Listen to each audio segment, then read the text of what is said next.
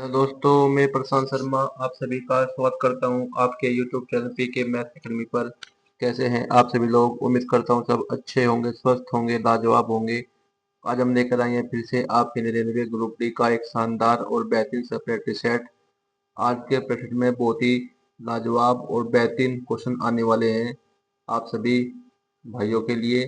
तो भाई आप सभी का भी फर्ज बनता है कि चैनल को सब्सक्राइब करें और बेल घंटी को प्रेस करें। इसमें आपका फायदा है। फायदा ये है कि अगर आपने हमारे चैनल को सब्सक्राइब कर लिया और बेल की घंटी को प्रेस कर लिया तो आप सभी को हमारे वीडियो की इन्फॉर्मेशन सबसे पहले मिलती रहेगी। ठीक है भाई। तो वीडियो अच्छी लगे तो लाइक कीजिएगा और एक प्यारा कमेंट भी कर दीजिएगा। तो करते हैं भाई आज के प्रैक्टिस सेट का पहला सवाल। ये रहा पहला सवाल आपके सामने। आज के प्रैक्टिस सेट का पहला सवाल ये रहा भाई आपके सामने। सवाल में कहा गया है भाई, यदि 7a बराबर यदि 7a बराबर 6b बराबर 12c है तो a अनुपात b अनुपात c ज्ञात करें। हमें सवाल में क्या दिया है भाई? 7a बराबर 6b बराबर 12c। हमें निकालना क्या है भाई? a अनुपात b अनुपात c का मान। तो सबसे पहले हम क्या करेंगे, जो भी इनकी मल्टीपल में लिखी हुई संख्या है, जैसे 7, पहले हम क्या करेंगे? 7, 7, 6 और 12 कर लेंगे एलसीएम। 7, 6, 12 का एलसीएम क्या आएगा आपका भाई? लघुत्तम समावर्तक। 7, 6, 12 का एलसीएम होगा आपका 84। क्या आएगा भाई? 84। अब देखें हम 84 को 7 से भाग, जब 7 से इसे भाग देंगे तो कितनी बार जाएगा भाई? ये जाएगा 12 बार। 12 सत्ते 84। अब देखें 6 से भाग 84 को, जाएगा कितनी बार? 14 बार। 84 का 84, 12 सत्ते 80। ये होगा भाई ए अनुपात बी अनुपात सी का मान 12 अनुपात 14 अनुपात 7। यही होगा भाई सवाल का सही आंसर। ऑप्शन नंबर डी होगा इसका सही आंसर। ठीक है भाई। करते हैं भाई इसी टाइप का एक और सवाल। सवाल में कहा गया है भाई, यदि 5x बराबर 8y बराबर 10z है तो x अनुपात y अनुपात z ज्ञात कीजिए। बिल्कुल सेम सवाल है, फर्क इतना है जहां पर x y z देखा है, पहले सवाल में था a b c, बस इतना फर्क है। बाकी सब बिल्कुल सेम सवाल है भाई। हमें सवाल में क्या दिया है भाई? यदि 5x बराबर 8y बराबर 10z, हमें निकालना है क्या भाई? x अनुपात y अनुपात z का मान। तो हमने क्या बताया था आपको, जो भी संख्या इनके मल्टीपल में दी होती है और ये आपस में क्या हो बराबर, तो क्या करते हैं भाई? पहले हम लेंगे इसका एलसीएम। 5, 8, 10 का लेंगे हम एलसीएम। 5, 8, 10 का लेंगे हम एलसीएम। तो इनका एलसीएम क्या आएगा आपका भाई? 40। इनका एलसीएम आएगा 40। अब जो संख्या इनके मल्टीपल में दी होती है, जो संख्या इनके गुणा में दी होती है, उनसे देगा हम किसी भाग एलसीएम को। एलसीएम आया आपका 40, तो 5 अट्ठे 40। ये होगा भाई आपका एक्स का मान। इसी प्रकार 8 से देंगे भाग 40 को, 8 पंजे 40 जाएगा वाई का मान। 10 चौक 40 जाएगा जेड का मान। तो आपका एक्स अनुपात वाई अनुपात जेड का मान क्या आएगा आपका भाई? 8 अनुपात 5 अनुपात 4। और यही होगा इस सवाल का सही आंसर। ऑप्शन नंबर बी होगा इसका सही आंसर। ठीक है भाई। करते हैं भाई नेक्स्ट क्वेश्चन।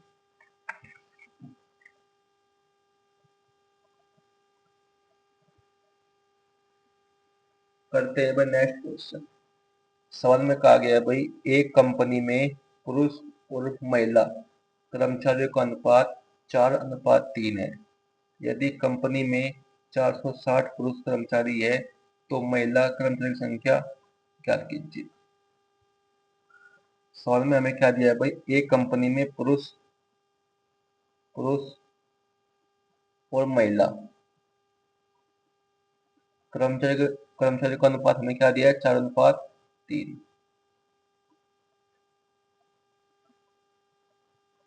सवाल में कहा है कि यदि कंपनी में 460 पुरुष कर्मचारी हो, यहाँ कितने पुरुष कर्मचारी, 4। अब 4 की वैल्यू में क्या दिया है सवाल में, 460। कितना गुना है भाई ये, 4 एकम 4, 4 एकम 4, 7 पन्ने 20, 115 गुना। आपसे क्या पूछा है सवाल में, महिला कर्मचारी की संख्या ज्ञात करिए। महिला कर्मचारी कितनी है, 3। तो महिला कर्मचारी भी 3 ना होकर ये भी क्या हो जाएगी इसकी भाई, 115 गुना, 115 गुना। तो 115 गुना 3 कितना आएगा भाई, 345, 345। इतनी होंगे भाई महिला कर्मचारी की संख्या, कितनी, 345। 345 होगा इसका सही आंसर, ऑप्शन नंबर बी होगा इसका सही आंसर। ठीक है भाई, करते हैं भाई नेक्स्ट क्वेश्चन।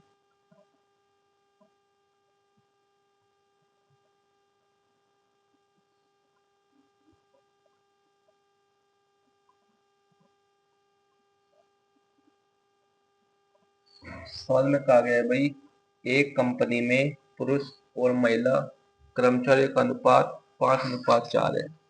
यदि कंपनी में 375 पुरुष कर्मचारी है तो महिला कर्मचारियों की संख्या ज्ञात करें। बिल्कुल सेम सवाल है, इसे भी ऐसे ही करेंगे।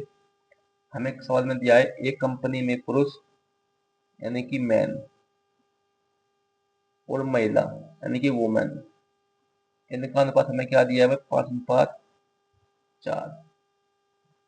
ठीक है भाई, अब पढ़ो आगे सवाल में भाई, यदि कंपनी में 375 पुरुष है, यदि कंपनी में 375 पुरुष कर्मचारी है, यहाँ कितने पुरुष है, 5। 5 की वैल्यू हमें क्या दी है, 375। कितना गुना है भाई, 5 सत्ते 35, 5 पंजे 25, ये है भाई आपका 75 गुना।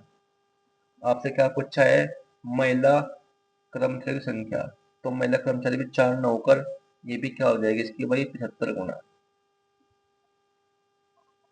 तो 75 चौका होता है 300, तो 300 होगी भाई महिला कर्मचारी इस कंपनी में।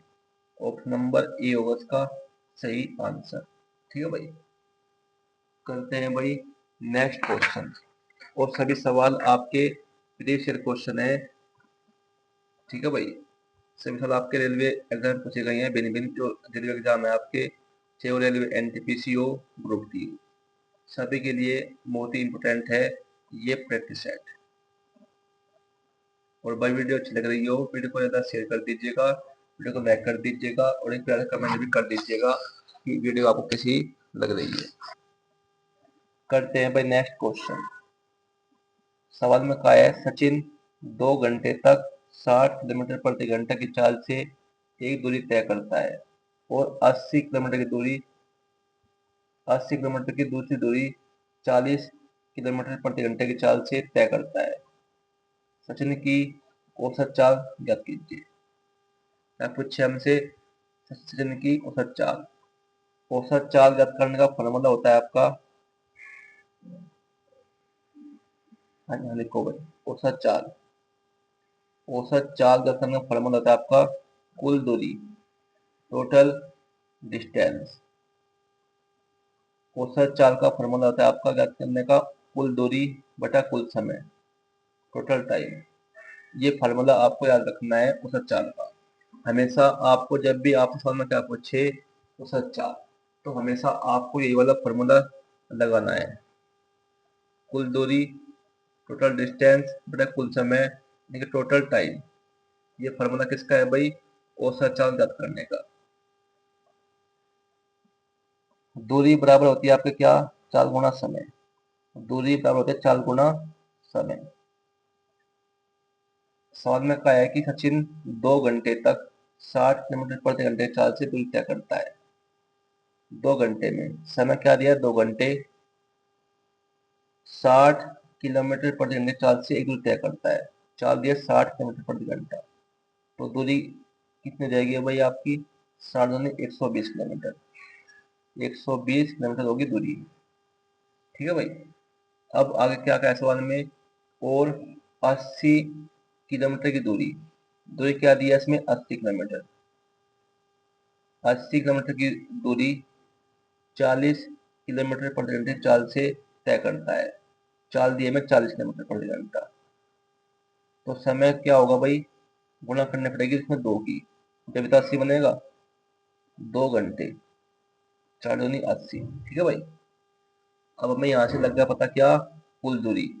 पहली दूरी 120, दूसरी है 80। कुल समय कितना है, 2 घंटे, और 2 घंटे कितने, 4 घंटे। तो कुल दूरी कितनी होगी आपकी, 120 और 80 कितने, 200। कुल समय कितना है, 2 और 2 4, 4 घंटे। अब देखते हैं भाग भाग भाई, 4 पंजे 20 और 0, 50 किलोमीटर प्रति घंटा। ये हो गया भाई इसकी औसत चाल, कितनी भाई, 50 किलोमीटर प्रति घंटा। ऑप्शन नंबर ए होगा इसका सही सवाल। बहुत ही बड़ा सवाल था भाई, मोस्ट इंपोर्टेंट आपके रेलवे ग्रुप डी एग्जाम के लिए। करते हैं भाई नेक्स्ट क्वेश्चन। और जो भाई बाई के पार्ट है, आपको हमारे चैनल पर विजिट कीजिएगा, वहाँ मिल जाएगी आपको एक प्ले लिस्ट और रेलवे एग्जाम के नाम से।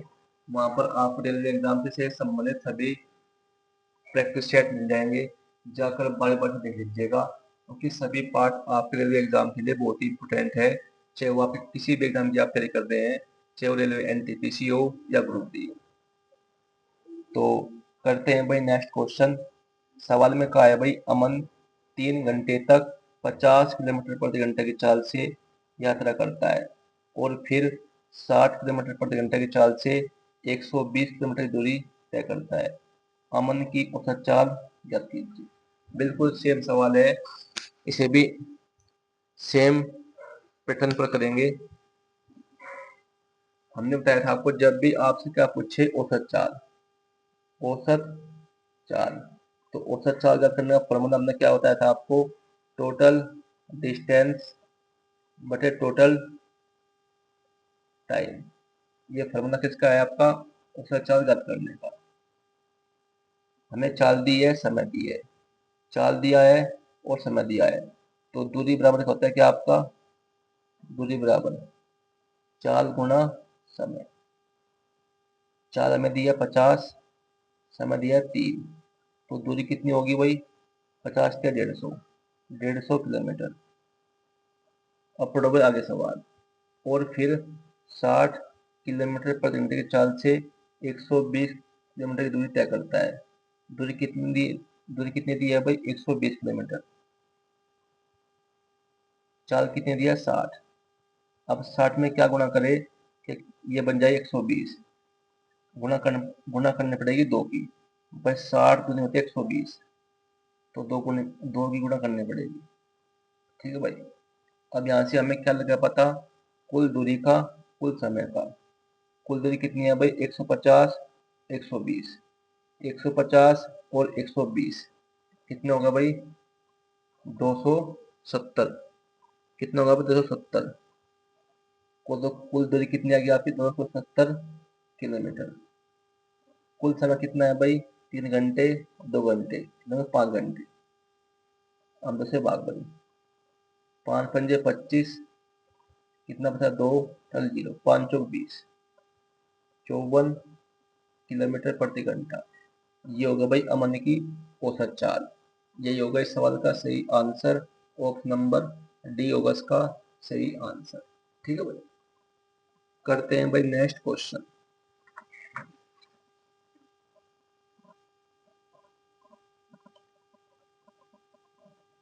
सवाल में कहा गया है भाई, यदि a प्लस बी बराबर 12 है और ए बी बराबर 8 है, तो a बटा बी प्लस बी बटा ए का मान क्या होगा। हमें सवाल में क्या दिया है, a प्लस बी का मान 12 है, ए बी बराबर 8 है, तो a बटा बी प्लस बी बटा ए का मान क्या होगा। तो भाई हमें निकालना है किसका मान, a बटा बी प्लस बी बटा ए का मान।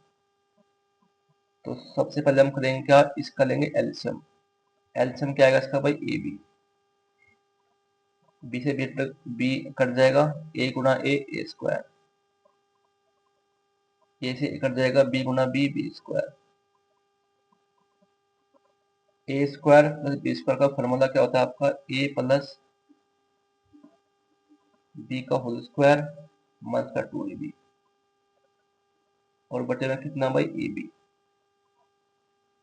ए प्लस बी का होल स्क्वायर, हमें समझ में क्या दिया भाई, ए प्लस बी का मान 12, तो 12 का स्क्वायर कर देंगे होकर 144। ए बी का मान दे 8, 8 दूनी 16, ए बी का मान 8। 116 में से सॉरी 144 में से 16 घटाएंगे तो क्या आएगा आपका भाई, 128 बटे में 8। आप देखेंगे से भाग भाई ये जाएगा आपका 16 बार, तो 16 होगा भाई इस सवाल का सही आंसर। 16 होगा भाई इस सवाल का सही आंसर। ऑप्शन नंबर सी होगा इसका सही आंसर। ठीक है भाई, करते हैं भाई नेक्स्ट क्वेश्चन।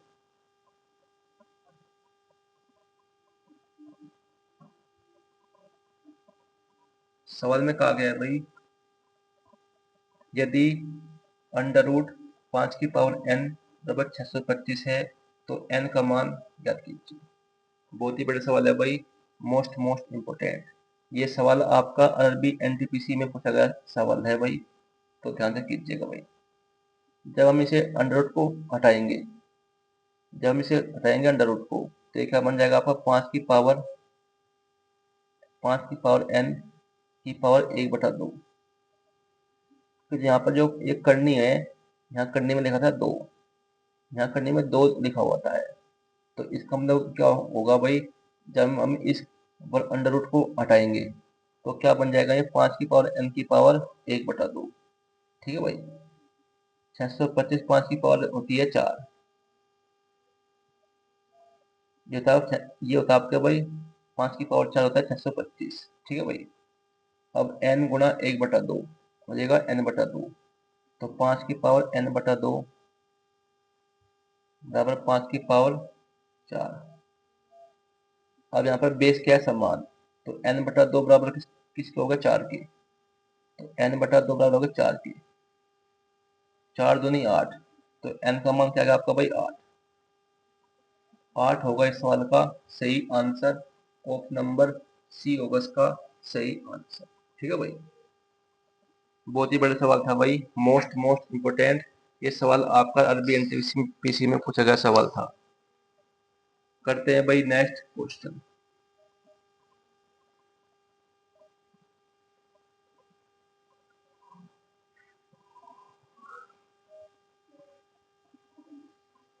सवाल में कहा गया है भाई, यदि एक बर्तन में दूध और पानी का अनुपात 3:4 है, यदि हम उसमें 10 लीटर दूध और 10 लीटर पानी मिलाते हैं तो अनुपात 4:5 हो जाता है। शुरुआत में मिश्रण की मात्रा कितनी थी। बहुत ही बड़ा सवाल है भाई, मोस्ट इम्पोर्टेंट आपके रेलवे ग्रुप डी या रेलवे एनटीपीसी एग्जाम के लिए। हमें सवाल में क्या दिया है भाई, एक बर्तन में दूध और पानी का अनुपात, यानी कि मिल्क और वाटर का अनुपात हमें क्या दिया है भाई, 3:4। यदि हम उसमें 10 लीटर दूध 10 लीटर पानी मिलाते हैं तो अनुपात 4:5 हो जाता है। जब भी सवाल में क्या दे दे आपको, सेम सेम संख्या दे दे, सेम क्या दे दे, यानी कि 10, जैसे यहाँ पर दिया है 10 लीटर क्या दूध दूध इसमें मिला रहे हैं और 10 ही क्या मिला रहे हैं इसमें पानी।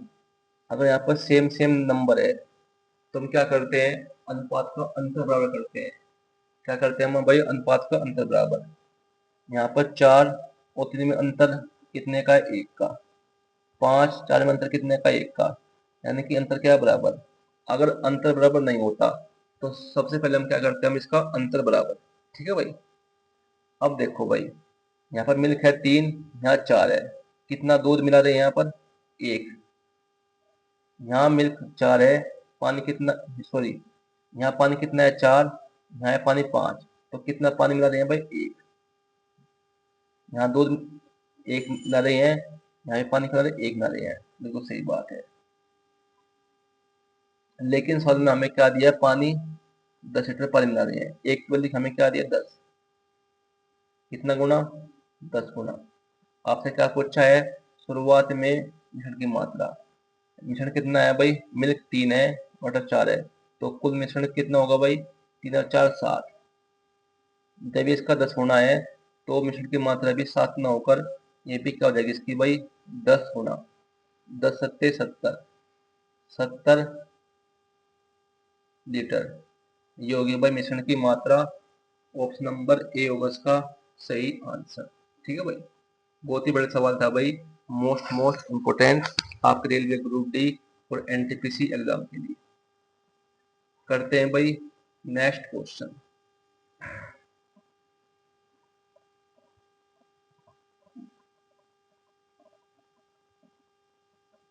सवाल में कहा गया है भाई 14,136 रुपए को ए, बी और सी के बीच इस प्रकार बांटे कि ए के हिस्से का 2 गुना, बी के हिस्से का 3 गुना और सी के हिस्से का 5 गुना, ये सभी क्या आपके बराबर, तो सी का हिस्सा क्या होगा। ये भी सवाल भाई बहुत ही बड़ा सवाल है भाई, मोस्ट इम्पोर्टेंट। ए के हिस्से का 2 गुना यानी कि 2a बराबर, बी के हिस्से का 3 गुना यानी कि 3b,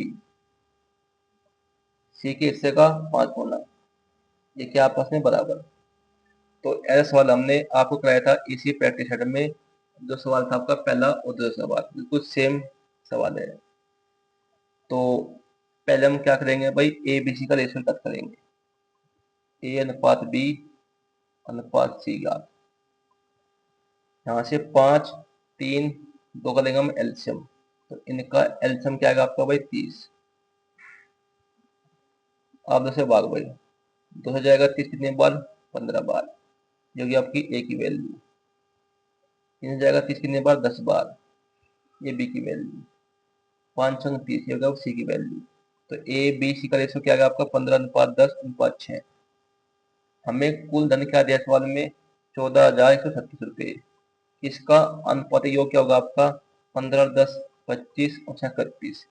लेकिन कुल धन हमें क्या दिया है सवाल में 14,136 रुपये, 31 की वैल्यू में क्या दिया है भाई 14,136।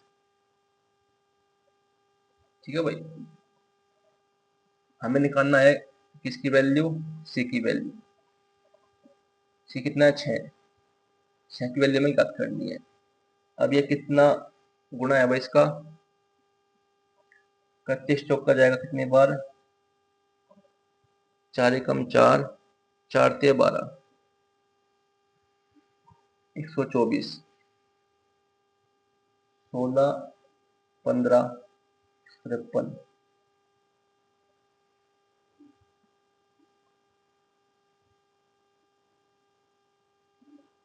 4 124 9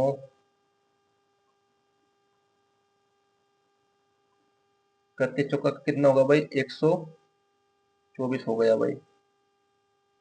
24 माइनस करेंगे भाई क्या बचेगा, यहाँ बचेगा 7, यहाँ बचेगा आपका 1, 0 3 का भाई 31 छिक्का